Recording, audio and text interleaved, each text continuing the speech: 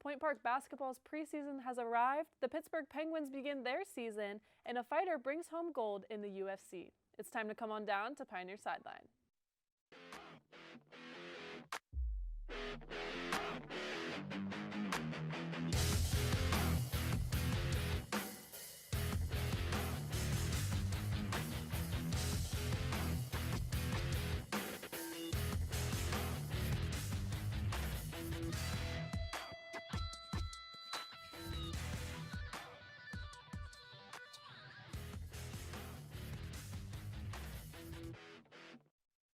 Good evening and welcome to Pioneer Sideline. I'm your host, Bryn Reese, back for another week of sports news.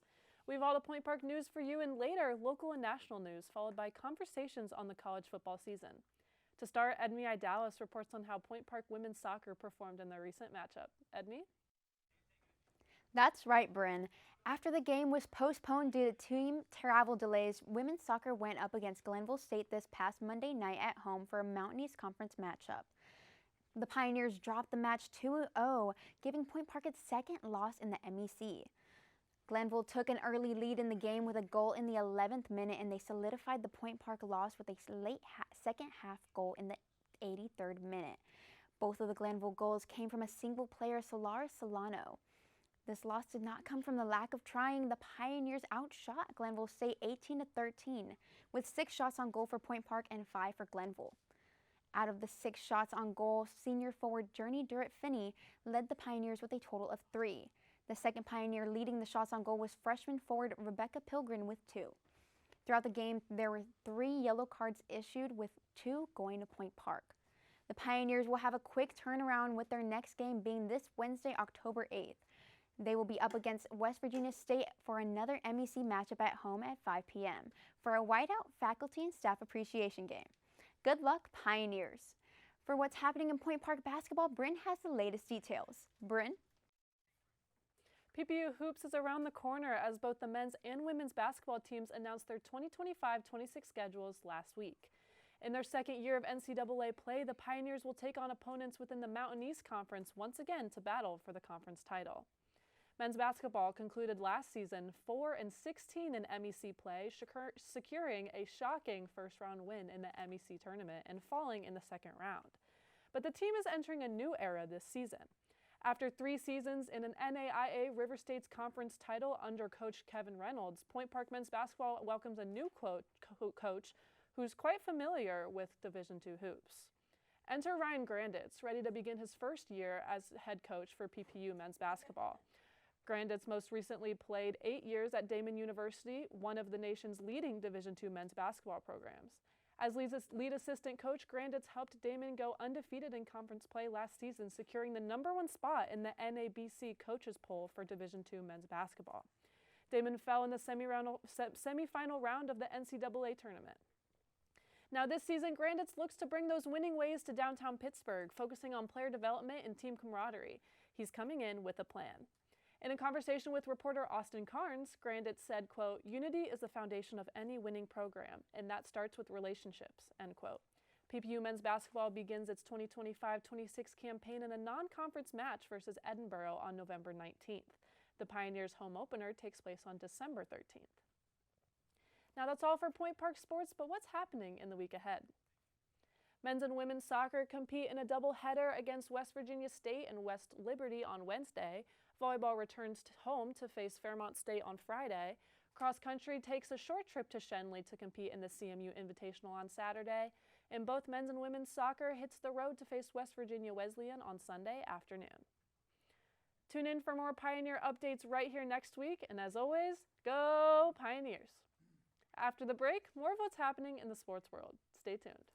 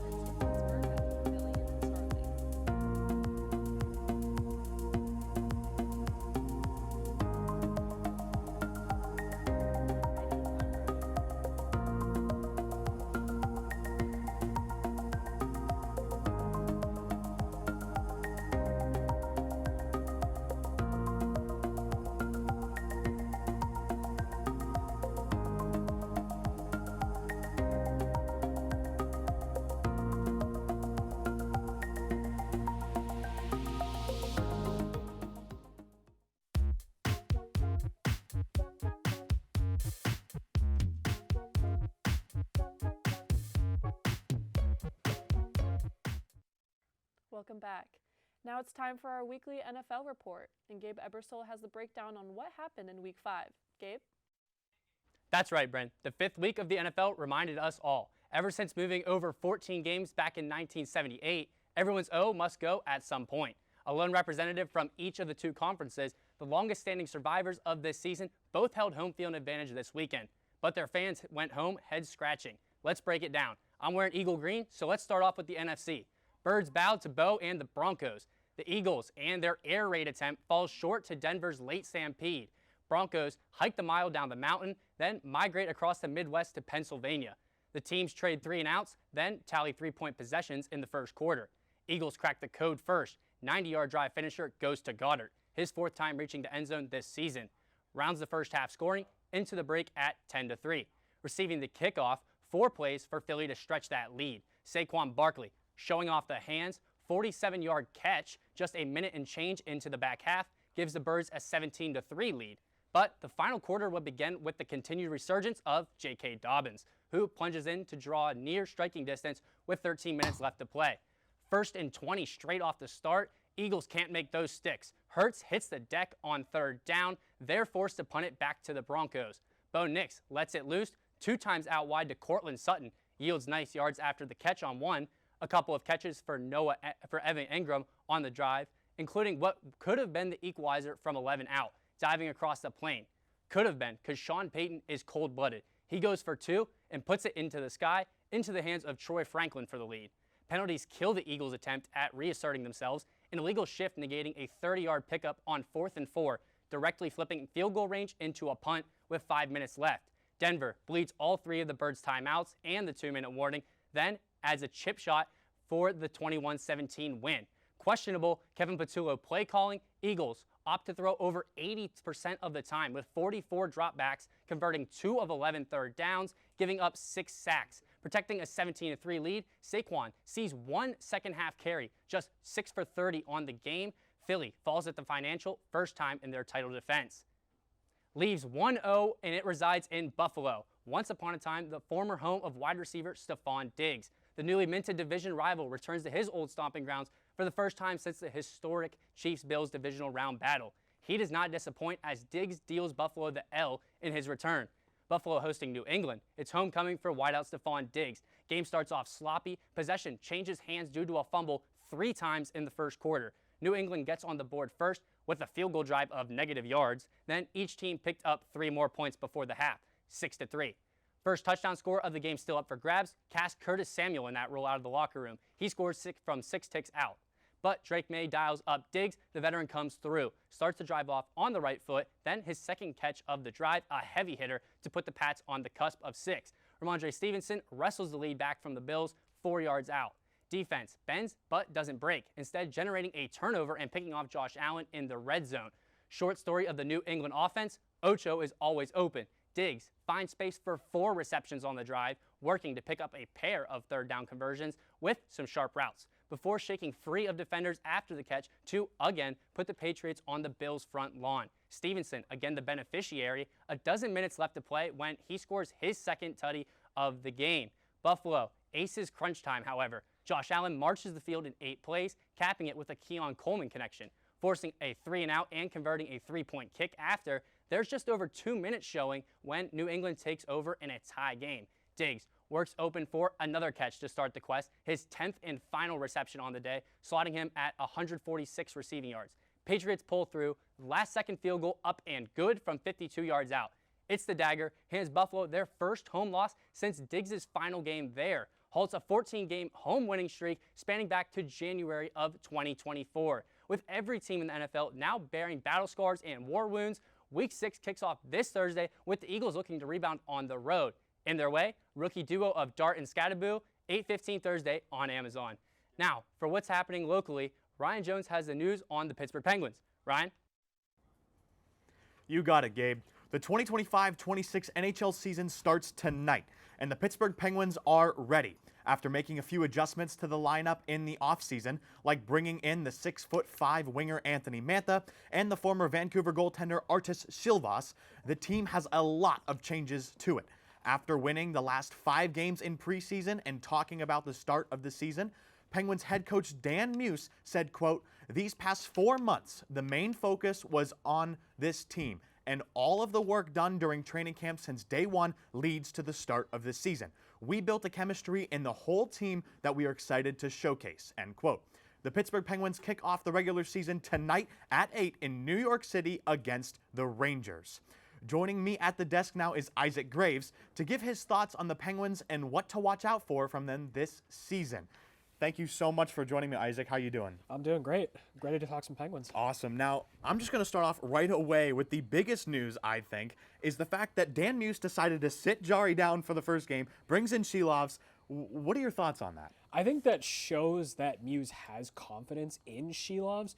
Jari also just kind of needs to bounce back. He needs to figure himself out. He's had 2 mediocre at best seasons, so he's got a lot of work to do. And if he doesn't get to that, then Shilovs is going to be the starter by middle of the season. 100%, I agree. And we saw guys like Mirshov down who got put back in Wilkes-Barre, which I'm not, I like that move. Yeah. But you have to be worried if you're Jari. You know that Muse is not messing around, and the fact that he puts Shilovs in there, that Muse is like, okay, well, we'll send you back down to Wilkes just like they did last year, and we'll bring up a guy like Mirshov. And you have to remember that Blomqvist is on IR right now, so by the time he comes back, he could be in that backup spot. So we'll just have to wait and see when he's cleared to play. Exactly. Now, I'm going to put the focus towards the rookies. Now, Muse decided to put the 2 rookies in this team, and we haven't seen this in a long time. Now, do you think this is a good move by Muse? I think I like it. I feel like under Mike Sullivan the last couple of years, we haven't seen this.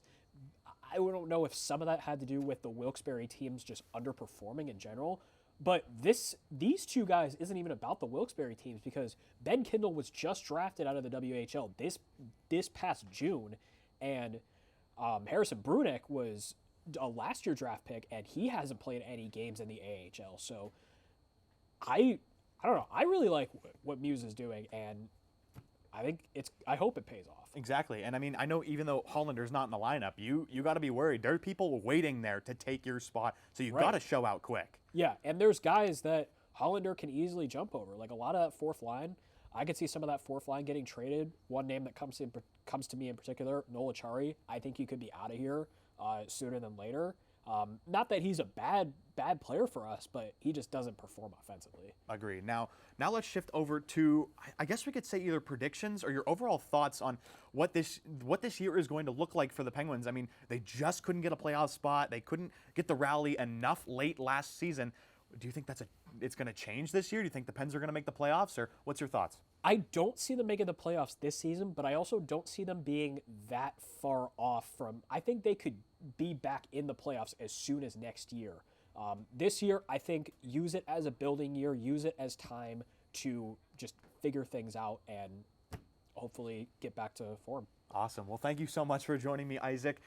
When we come back, more national sports news. Stay tuned.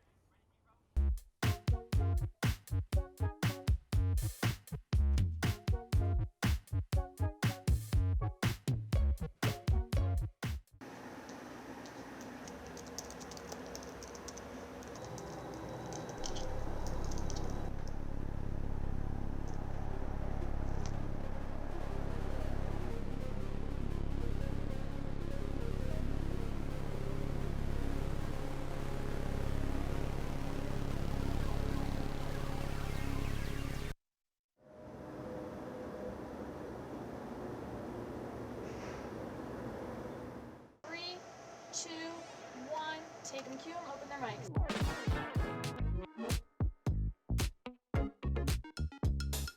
Today marked the 1-year anniversary of the Pittsburgh Post-Gazette strike. Point Park University just hosted a campus-wide meeting. Plans for the rapid transit bus line are not set to conclude until 2025.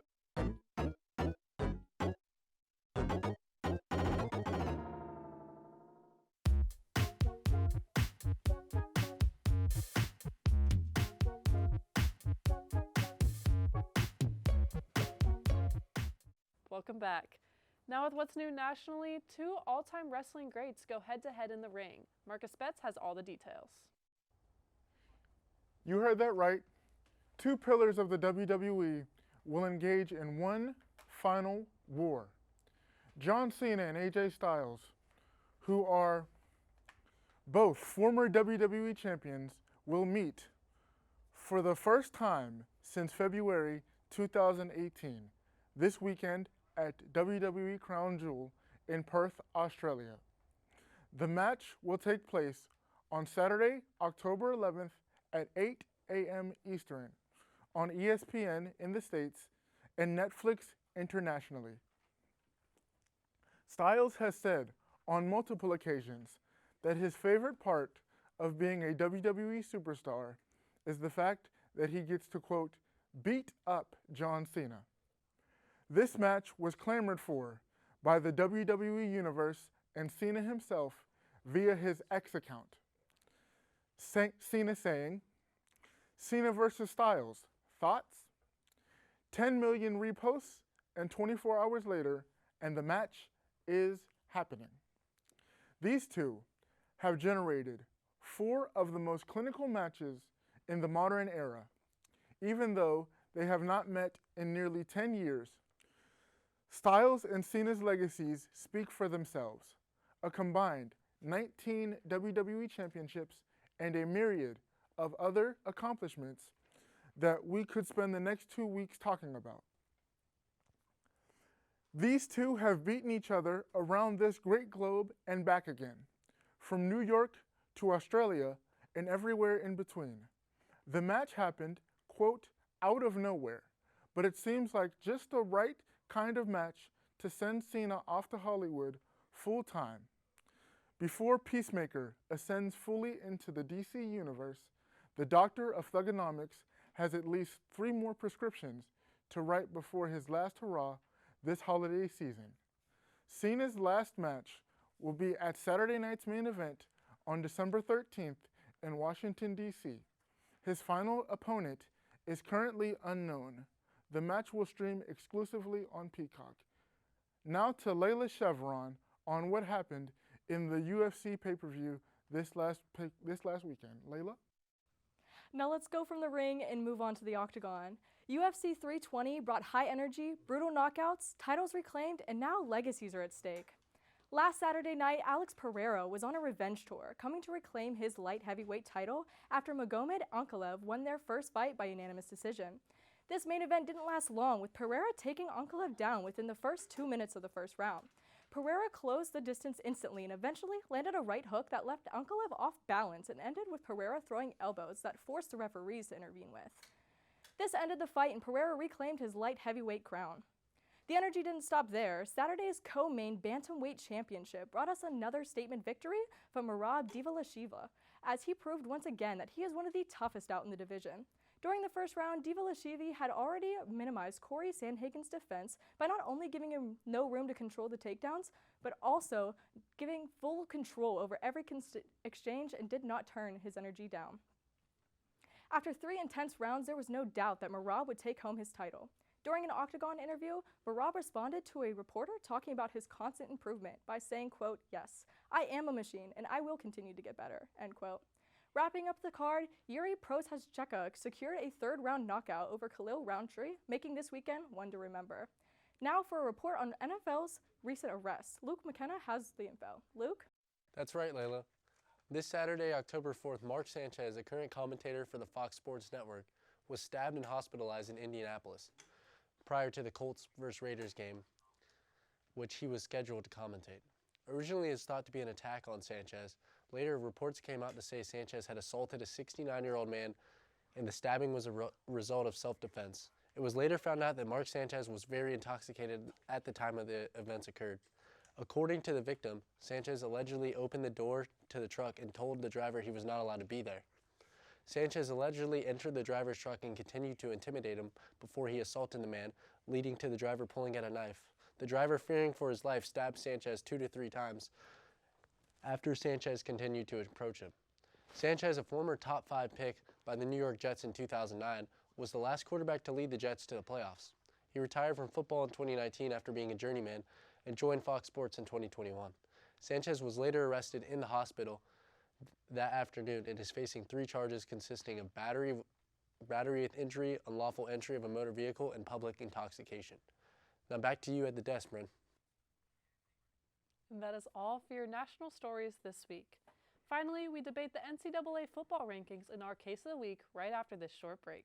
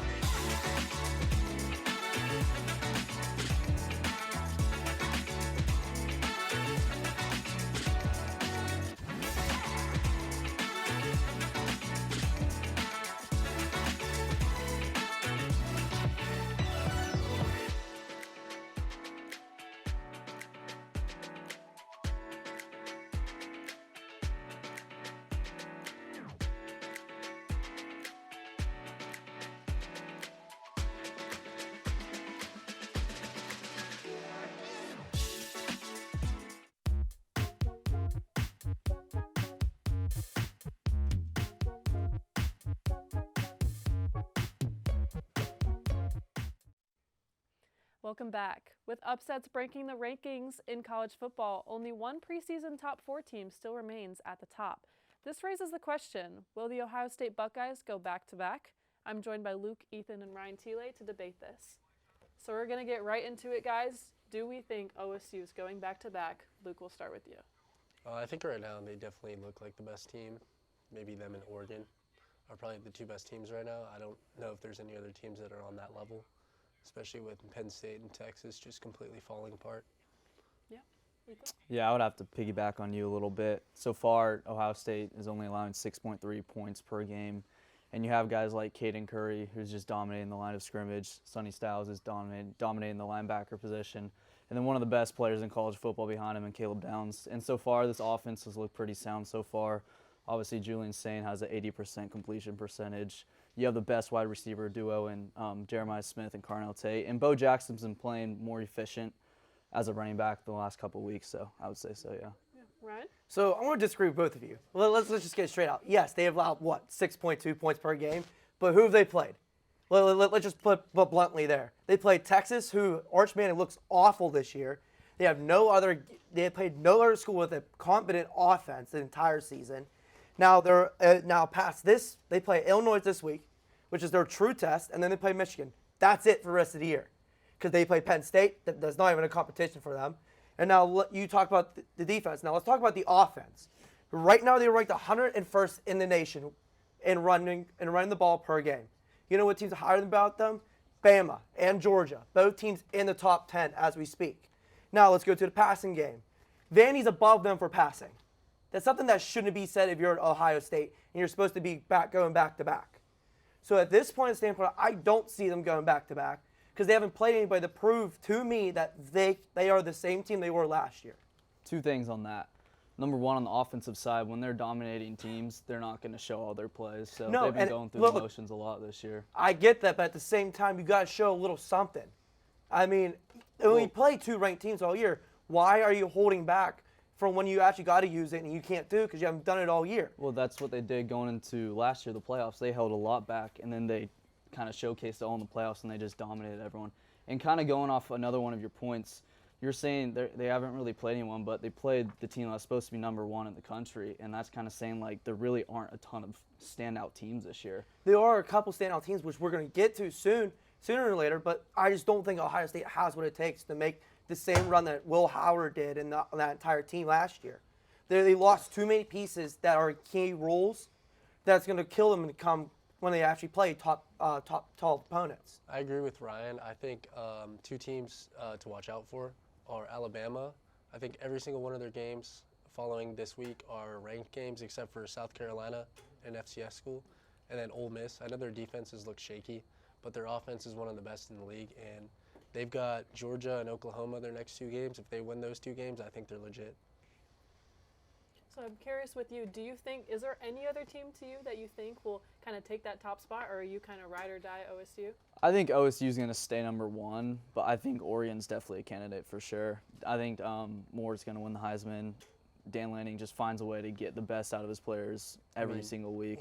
Oregon barely scraped by Penn State. I don't know how good they really are. Yeah, right. To be honest, I'm actually going to go with Oklahoma here. This team is on fire. Now they're getting their quarterback back. He's pushing to play this week after coming to that wrist surgery, which he's able to come back from, which is immaculate timing.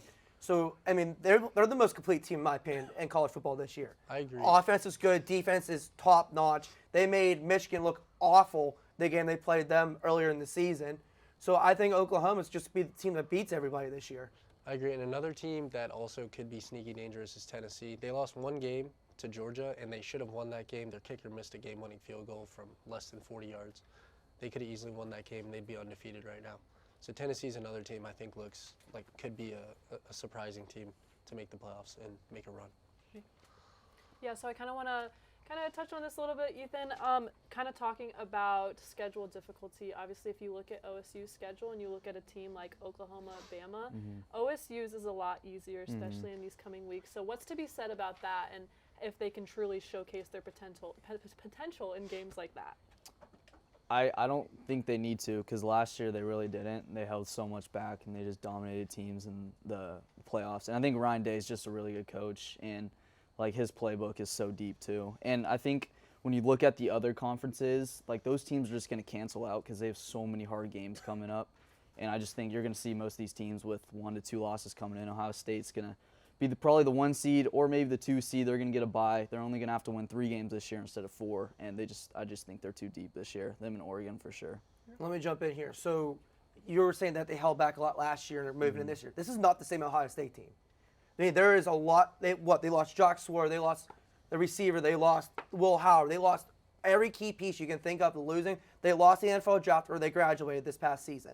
So they lost a lot. So, look, I get it. These players can step in and play because this is Ohio State at the end of the day. But you still got to have that playoff experience, which they don't have. So that's why, in my head, I'm thinking there's no way this team's going to be able to do that back-to-back without playing anybody all year. When you have a team like Alabama, Georgia, who recycles these players who has been playing in these playoff type scenarios week in and week out, that's what sets them apart from Ohio State. But 2 of their best players, Jeremiah Smith, Caleb Downs, Cardell Tate, they were all on the team last year. They know what it's like to win. And they looked shaky last year going into the playoffs, and they proved that that didn't matter. So even though I mentioned a bunch of teams, I do think Ohio State is definitely the favorite, and I think they are going to win. Any comments? All right.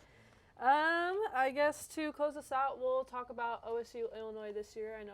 This week. I was talking to Ryan earlier. He said that he thinks Illinois does have a chance in beating OSU. Wanted to get your guys' thoughts on that. No way. They lost by how much to Indiana? Like 60? Yeah. Not happening. I could see it. I think it could be a potential trap game, but then again, it's going to be on Ohio State. Do they go out? Do they execute well? If they do, then they'll be able to cruise, I think.